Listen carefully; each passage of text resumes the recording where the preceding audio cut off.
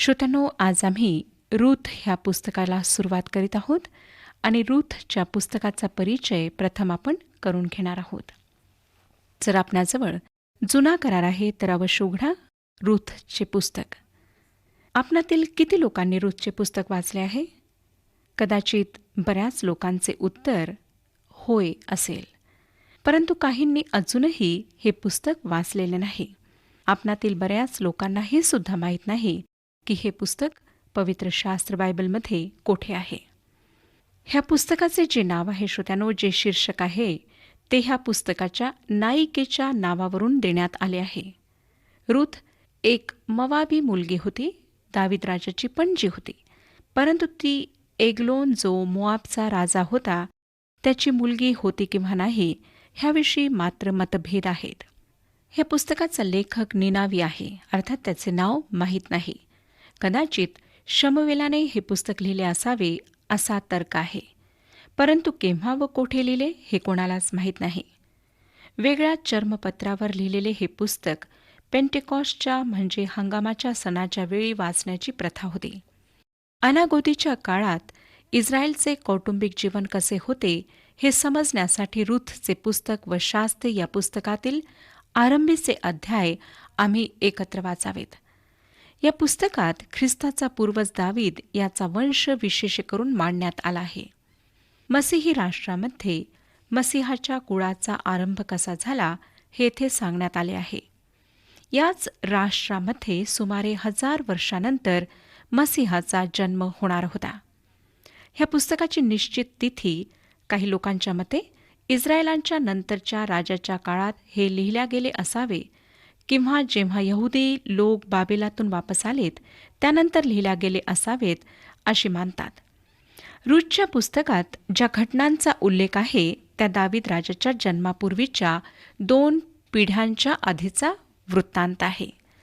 Ruth मूर्तिपूजक अन्य देवी देवतांची उपासना करणाऱ्या देशामधून होते, ज्या देशाचे नाव होते मोआब. ह्या लोकांची गणना जातीबाहेरच्या लोकांमध्ये होत असे, परंतु रूथला नंतर इस्रायलांच्या खऱ्या व जिवंत परमेश्वराचे ज्ञान झाले.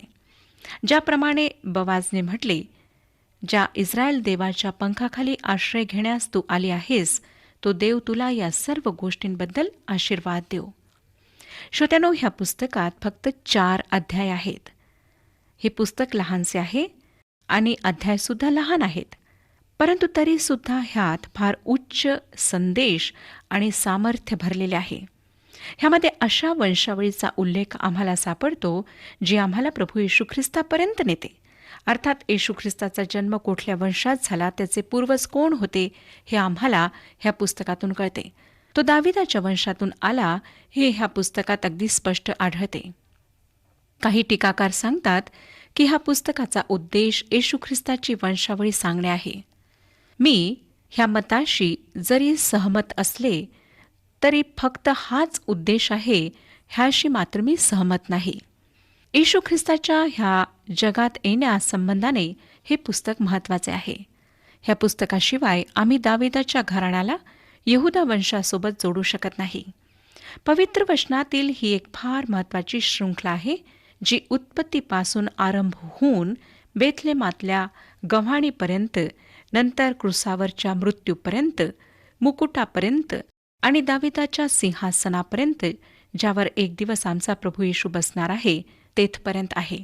ह्या एका निश्चित कारणामुळे ह्या पुस्तकाचा समावेश पवित्र शास्त्रात करण्यात आला आहे. काही लेखक जुन्या करारातील सोडवणूक करणाऱ्या लोकांचा जेव्हा उल्लेख करतात तेव्हा मोशे आणि शमशोन अशा लोकांचा उल्लेख करतात, परंतु बवाज ज्याबद्दल ह्या लहानशा पुस्तकात सांगण्यात आले आहे त्याला मात्र वगळतात. पुराणमतवादी लोक सुटकेच्या कार्याला अगदी साधारण दर्जाचे स्थान देतात, परंतु श्रोत्यानो, मी ह्या कार्याला साधारण कमी दर्जाचे मुळीच मानित नाही. सुटका हा एक अद्भुत प्रणय आहे, एक प्रेमकथा आहे जी ह्या वास्तविकतेने सुरू होते, जी वास्तविकता आम्हाला योहान शुभवर्तमान 3 अध्याय आणि 16व्या वचनात सापडते, ज्यामध्ये लिहिलेले आहे की देवाने जगावर एवढी प्रीती केली की त्याने आपला एकुलता एक पुत्र दिला, ह्यासाठी की जो कोणी त्याचवर विश्वास ठेवील त्याचा नाश होऊ नये, तर त्याला सार्वकालिक जीवन प्राप्त व्हावे. सुटकेची जी किल्ली आहे ती आहे प्रेम, प्रीती. शिमोन पेत्राने पेत्राचे पहिले पत्र 1 अध्याय आणि 8व्या वचनात लिहिले, त्याला पाहिले नसताही तुम्ही त्याच्यावर प्रीती करता, तो दिसत नसताही तुम्ही त्याच्यावर विश्वास ठेवता आणि प्रत्यक्ष स्वर्गातून प्राप्त होणाऱ्या अनिर्वाच्य आनंदाने आताच तुम्ही उल्हासत आहात. योहानाने योहानाचे पहिले पत्र 4 अध्याय आणि 19व्या वचनात लिहिले, तेव्हा तुम्हाला दिसून येईल की त्याने प्रथम आपल्यावर प्रीती केली, म्हणूनच आपण त्याच्यावर प्रीती करतो. आणि पॉल अक्षरशः येशू ख्रिस्ताच्या क्रूसाच्या छायेत उभा राहून गलतीकारास पत्र 2 अध्याय आणि 20व्या वचनात म्हणतो, मी ख्रिस्ताबरोबर वधस्तंभाला खिळलेला आहे. इतपर मी स्वतः जगत नाही, तर ख्रिस्तच माझ्यामध्ये जगतो. आता जे खरे जीवन मी जगतो ते ज्याने माझ्यावर प्रीती केली आणि माझ्याकरिता आपला प्राण अर्पिला, त्या देवाच्या पुत्रावरील विश्वासामुळेच जगतो. श्रोत्यानो, उद्धार, तारण ही जगामध्ये सगळ्यात मोठी आणि महान प्रेमकथा आहे. ह्या सृष्टीच्या निर्माणकर्त्याची प्रेमकथा, जो आमचा मुक्तिदाता झाला, आम्हाला पापापासून सोडवणारा झाला. आता प्रश्न हा आहे श्रोत्यानो, की तो आम्हाला मुक्ती देण्याकरिता, आमचे तारण करण्याकरिता का आला? ह्याचे कारण हेच की त्याने आमच्यावर प्रेम केले. आम्ही त्याची सृष्टी आहोत, त्याने आम्हाला निर्माण केले आहे. आम्ही पापी आहोत, आमची काहीच लायकी नाही, आम्हाला काही मिळावे ह्यासाठी आमच्यामध्ये कुठलीच योग्यता नाही. आम्ही त्याच्याशी विद्रोह केला आहे. त्याने मानवजातीला स्वतंत्र इच्छा दिली. ह्या सत्याच्या दृष्टिकोनातून त्याला आमचा न्याय करण्याची पूर्ण स्वतंत्रता आहे. आम्हाला काढून टाकण्याची, त्याच्या उपस्थितीतून नेहमीकरिता घालून देण्याची पूर्ण स्वतंत्रता आहे. परंतु वचनाची सगळ्यात अद्भुत, विलक्षण जी साक्ष आहे ती ही की तो आमच्यावर प्रीती करतो. इस्रायलबद्दल परमेश्वराची हृदयद्रावक आरोळी होशेचे पुस्तक 11 अध्याय आणि 8व्या वचनात आम्हाला वाचायला मिळते. हे वचन सांगतं, अरे माझ्या एफ्रायमा, मी तुला कसा सोडू? मी तुला कसा जाऊ देऊ? अदमा आणि सबोईम यांच्यासारखा मी तुला कसा सोडू? माझे हृदय आतल्या आत आक्रोश करीत आहे. तुला सहाय्य करण्याची मला केवढी इच्छा आहे. श्रोत्यानो, त्यांनी जरी परमेश्वराशी विद्रोह केला, पापाने भरलेले जीवन जगण्यास सुरुवात केली, परमेश्वरावर प्रीती करणे ते विसरले, तरी परमेश्वर म्हणाला, मी तुला सोडू शकत नाही. मी तुझ्यावर प्रीती करतो. जो तारण करतो, मुक्ती देतो, जो सोडवतो, त्याला नुकसान आणि फायदा ह्याची चिंता नसते. परंतु ज्यावर त्याने प्रेम केले आहे, त्याच्याकरिता सर्व काही भरून देण्याकरिता, सर्वस्व देण्याकरिता तो तयार असतो. हीच प्रीती, हेच प्रेम परमेश्वराने आमच्यावर केले. बवाजच्या चरित्रामध्ये आम्हाला येशू ख्रिस्ताचे चित्र दिसते, ज्याने संपूर्ण मानवजातीला पापापासून मुक्ती देण्याकरिता आपले सर्वस्व दिले. त्याने मानवजातीवर निस्वार्थ प्रीती केली. रूथच्या पुस्तकाचा जो मूळ उद्देश आहे तो मी उल्लेख केल्याप्रमाणे मुक्ती, सुटका ह्याचे फार महत्त्वाचे तत्त्व दर्शविणे आहे. सुटका फक्त नातेवाईकातील एखाद्या व्यक्तीद्वारेच संभव होती. मध्यस्थाशिवाय परमेश्वर सुटका करू शकला नाही. फक्त परमेश्वरच सुटका करू शकतो. त्यामुळे त्याच्याकरिता सुटका देणारा होणे आवश्यक ठरले. बवाजने नातलग होण्याच्या नात्याने सुटका देणाऱ्याचे कार्य कायद्यानुसार रूथकरिता पूर्ण केले. रूथ हे पुस्तक आमच्या स्तरापर्यंत येऊन आम्हाला एका अशा उभताविषयी सांगते जे एक दुसऱ्यांवर प्रेम करतात. ते सर्वसाधारण होते आणि त्यांची प्रेम कहाणी एखाद्या आरशाप्रमाणे आहे, ज्यामध्ये आम्हाला तारणाऱ्याचे महान प्रेम जे माझ्याप्रती आणि तुमच्याप्रती आहे ते स्पष्ट दिसते. रूथच्या पुस्तकाचे अध्ययन करीत असताना आम्ही ह्या विलक्षण प्रेमकथेला आमच्यासमोर हळूहळू उलगडताना पाहणार आहोत. पवित्र शास्त्रात फक्त 2च पुस्तकांना स्त्रियांची नावे देण्यात आलेली आहेत. एक तर रूथ आणि दुसरे एस्तेर. रूथचे नाव 12 वेळेला आलेले आहे. त्यानंतर मत्तेकृ शुभवर्तमान 1 अध्याय 5व्या वचनामध्ये पुन्हा एकदा तिचे नाव आम्हाला वाचायला मिळते. सलमोन हा बवाजचा पिता होता. बवाजच्या आईचे नाव रहाब असे होते. बवाज हा ओबेदचा पिता होता. ओबेदची आई रूथ होती. ओबेद हा इशायाचा पिता होता. हे पुस्तक शास्ते आणि शमूएलाच्या पुस्तकाच्या मधात आहे आणि ह्याचे फार महत्त्व आहे. शास्त्रीच्या पुस्तकात श्रोत्यानो, आपण इस्रायल लोकांच्या अधपताविषयी वाचतो. एका राष्ट्राच्या रूपात परमेश्वराशी सत्यनिष्ठ राहण्यामध्ये ते कशाप्रकारे अपयशी ठरलेत आणि कशाप्रकारे त्यांनी स्वतःला कनान देशातील लोकांप्रमाणे मूर्तीपूजा आणि अन्य अमंगळ कार्याकरिता वाहून दिले, ह्याविषयी आम्हाला वाचायला मिळते. आणि ह्याच्या परिणामस्वरूप परमेश्वराला त्याला सुधरविण्यासाठी शिक्षा द्यावी लागली.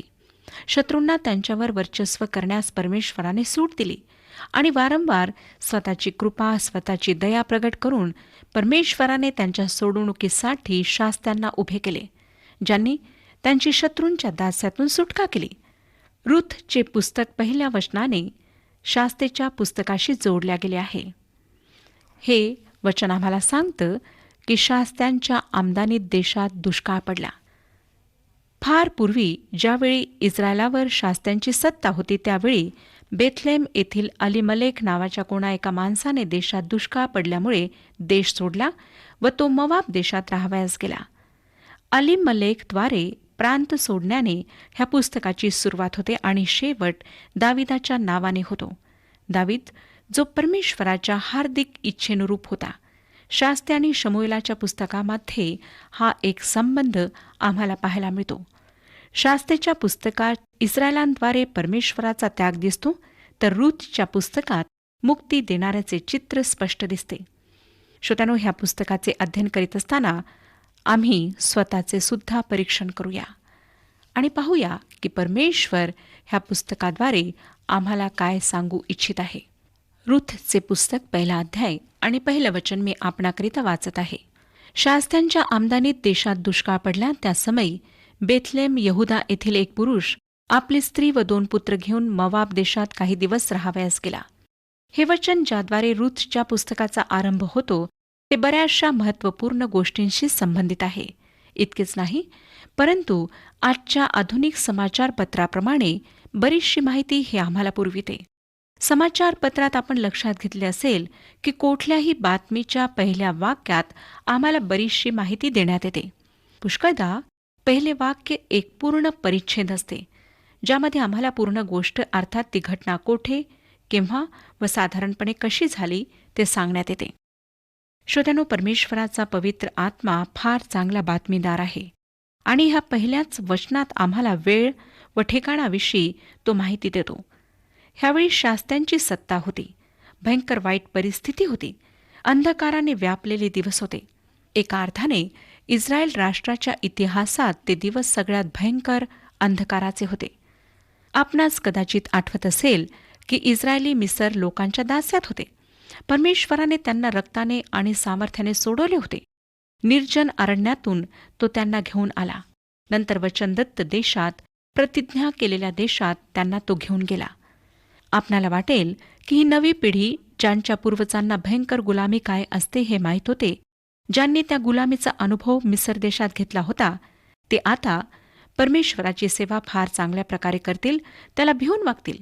परंतु नाही श्रोत्यानो, त्यांनी तसे केले नाही.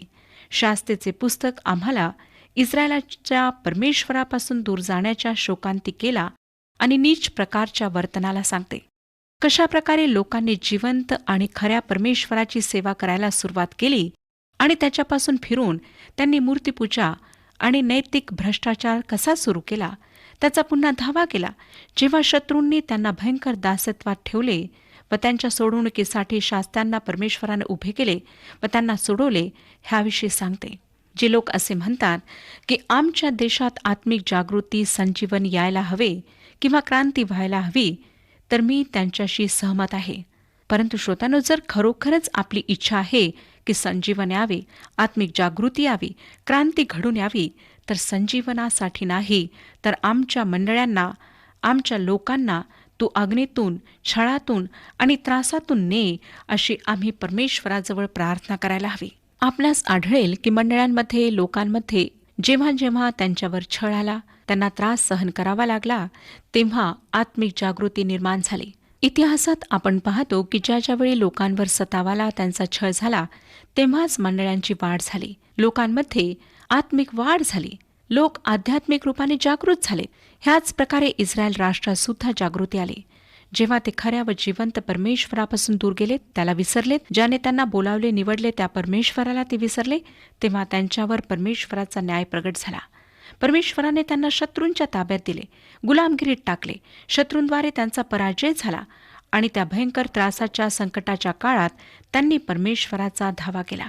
त्याला त्यांची दया आली. त्याने आपल्या प्रेमामुळे, कृपेमुळे त्यांना सोडवण्याची योजना केली, शास्त्यांना उभे केले आणि त्यांचा बचाव केला. रूथचे पुस्तक ह्या शास्त्यांच्या काळात अगदी बरोबर बसते. ज्या काही घटनांचा उल्लेख या ठिकाणी करण्यात आला आहे त्या शास्त्यांच्या काळ्या पार्श्वभूमीवर घडल्यात. अशावेळी शमशोनासारखा माणूस लोकांमध्ये प्रसिद्ध होता. लोकांच्या संतप्त करणाऱ्या कार्याने व वर्तणुकीने आमच्या देशाला हलवून टाकले आहे. शमशोनाच्या वर्तणुकीला व कार्याला पहा. तडजोडीच्या, भ्रष्टाचाराच्या व गोंधळाच्या काळाच्या दरम्यान ही एक सुंदर घटना घडते. भयंकर काळोख्या अंधकारात ही एक ज्योती आहे, एक प्रकाश आहे. अशाच प्रकारे परमेश्वर लिहितो, होय ना श्रोत्यानो?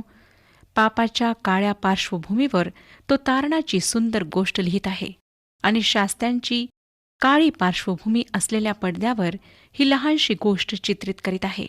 आणि हेच चित्र रूथ ह्या पुस्तकात आमच्यासमोर ठेवण्यात आले आहे. श्रोत्यानो, हे तेव्हा घडले जेव्हा शास्ते सत्तेमध्ये होते. शास्त्यांचा काळ फार लांबलचक होता. यहोशवानंतर ह्याची सुरुवात झाली आणि शमूवेलाच्या जीवनाच्या शेवटापर्यंत जेव्हा इस्रायली लोकांना राजा हवा होता तेथपर्यंत ही चालली. त्या देशात दुष्काळ पडला. हे वाचून आम्हाला आश्चर्य वाटते, कारण श्रोत्यानो, ही परिस्थिती सर्वसामान्य नव्हती. परमेश्वराने अनुवादाचे पुस्तक 6 अध्याय आणि 3 वचनात ह्या लोकांना सांगितले होते, म्हणून हे इस्रायला श्रवण कर आणि त्या काळजीपूर्वक पाळ, म्हणजे तुझे कल्याण होईल आणि तुझ्या पूर्वजांचा देव परमेश्वर ह्याने दुधामधाचे प्रवाह वाहत असलेला जो देश तुला देण्याचे वचन दिले आहे त्यात तू बहुगुणित होशील. नंतर 8 अध्याय आणि 9 वचनात, त्या देशात टंचाई न पडता तू अन्न खाशील, तुला कुठल्याही गोष्टीची वाण पडणार नाही. तेथले धोंडे लोहयुक्त आहेत व तेथल्या डोंगरातून तुला तांबे खणून काढिता येईल. नंतर 11 अध्याय 11 आणि 12 वचनामध्ये, पण जो देश ताब्यात घेण्यासाठी तुम्ही पैलतीरी जात आहात तो डोंगर खोऱ्यांचा देश असून आकाशातील पाऊस शोषून घेतो. तुझा देव परमेश्वर त्या देशाची काळजी वाहतो. वर्षाच्या आरंभापासून वर्षाच्या अखेरपर्यंत तुझा देव परमेश्वर ह्याची नजर त्या देशावर असते. ही वचने परमेश्वराने त्यांना दिली होती. ही परमेश्वराची प्रतिज्ञा होती. परंतु ह्याच अध्यायात 11 अध्याय आणि 17 वचनात परमेश्वराने त्यांना सांगितले होते की जर ते परमेश्वरापासून दूर जातील तर परमेश्वराचा कोप तुमच्यावर भडकून तो आकाश बंद करील, म्हणजे पाऊस पडणार नाही, भूमी आपला उपज देणार नाही आणि जो उत्तम देश परमेश्वर तुम्हाला देत आहे त्यातून तुमचा त्वरित नायनाट होईल. आणि श्रोत्यानो, परमेश्वराने आपले वचन खरे केले. जेव्हा हे लोक त्याच्यापासून दूर गेले, दुसऱ्या देवी देवतांची उपासना करू लागले, त्यांच्या मागे लागलेत, तेव्हा त्याने आपल्या धार्मिकतेच्या अनुशासनामध्ये हा दुष्काळ पडण्याकरिता परवानगी दिली आणि त्यामागे त्याचा उद्देश ह्या लोकांना स्वतःकडे वापस परतविण्याचा होता. त्यांनी पश्चाताप करावा, त्याचेच होऊन राहावे, त्याच्याकडे परतावे, ही त्याची हार्दिक इच्छा होती. ह्या वचनात बेथलेमाचे नाव आले आहे. श्रोत्यानो, बेथलेम ह्या नावाचा अर्थ आहे भाकरीचे किंवा भोजनाचे घर, आणि यहुदा म्हणजे स्तुती, गौरव किंवा त्याचे नाव गौरविल्या जाईल असा अर्थ आहे. स्तुती व भोजन ह्यांनी पूर्ण असलेल्या घरात राहणे किती मनोहर असेल. हे लोक यहुदातील बेथलेममधील एफ्रायमी लोक होते. बेथलेम, यहुदा ह्याचा परमेश्वराच्या संतानाकरिता फारच चांगला अर्थ आहे. जर रूथच्या पुस्तकात घडलेली घटना बेथलेमात घडली नसती तर श्रोत्यानो, येशू ख्रिस्ताने बेथलेमात जन्म घेतला नसता. ख्रिस्त जन्माची गोष्ट रूथच्या पुस्तकातील ह्या घटनेपासून सुरू होते. एफ्राईमचा अर्थ आहे सुपीकपणाची जागा. अलीमलेख म्हणजे परमेश्वर माझा राजा. नामी म्हणजे माझा प्रियतम, माझा आनंद. पवित्र शास्त्रातील सर्व नावांचे विशेष अर्थ आहेत. पुष्कदा ह्या नावांचा अर्थ सांगण्यात येत नाही. ही स्पष्टीकरणे व अर्थ परमेश्वराच्या वचनांचे महत्त्व व त्याचे मूल्य वाढवतात.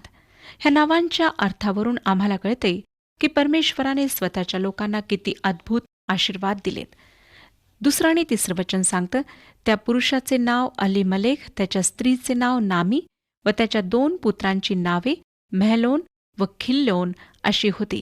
ही एफ्राती म्हणजे बेथलेम यहुदा येथील रहिवासी होती. ती मोआब देशात जाऊन राहिली. पुढे नामीचा पती अलीमलेक हा वारला आणि नामी व तिचे 2 पुत्र मागे राहिले. श्रोत्यानो, देवाने व आध्यात्मिक विचार ठेवणाऱ्या इस्रायली लोकांनी हे शोधून काढले की अलीमलेकच्या जीवनात कशाची तरी उणीव होती. त्याने स्वतःच्या मुलांची नावे अशी का ठेवावी बरे? महलोन, ज्याचा अर्थ आहे आजारी, अस्वस्थ, आणि खिल्लोन ह्याचा अर्थ आहे दुबळा आणि लहान. हे जिवंत विश्वासाचे चिन्ह नाही आणि नाही चांगल्या परिस्थितीचे प्रमाण आहे. ह्याविषयी आम्ही अधिक माहिती पुढच्या कार्यक्रमात पाहणार आहोत. मला खात्री आहे की रूथच्या पुस्तकाचा परिचय आपणाला समजलेला आहे आणि आपण पुढच्या कार्यक्रमामध्ये अवश्य भाग घ्याल. परमेश्वर आपणा सर्वांस आशीर्वाद देवो.